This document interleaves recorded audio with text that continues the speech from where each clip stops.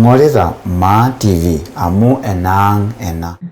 And on the advice of the National Security Council and the National Emergency Response Committee on the Coronavirus Pandemic, I do further order and direct as follows: that there shall be no sale of alcoholic beverages or drinks in eateries and restaurants across the territory of the Republic of Kenya, effective midnight today for the next 30 days.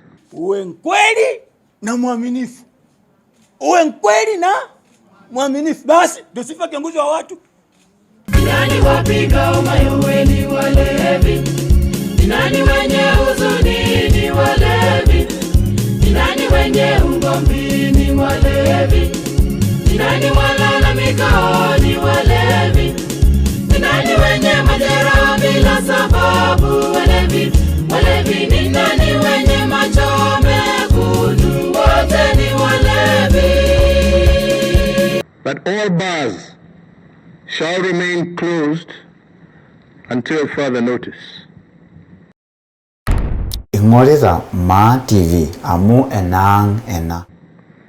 We all have to step up to being responsible, and this especially in the case of leaders, especially elected ones.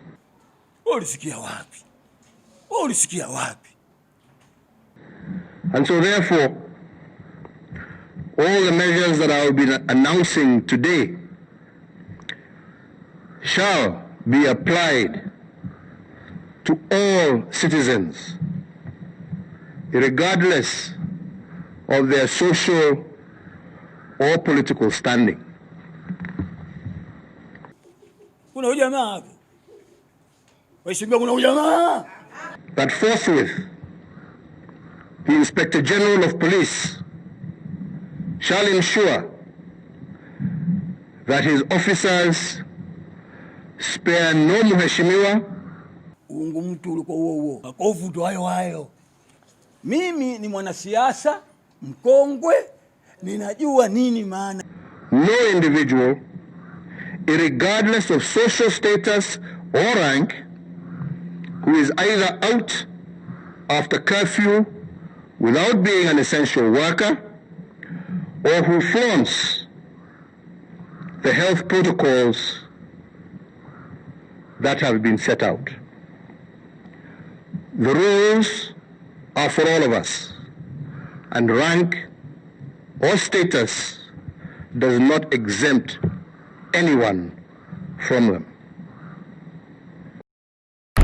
Ingoleza Ma TV amu enang ena.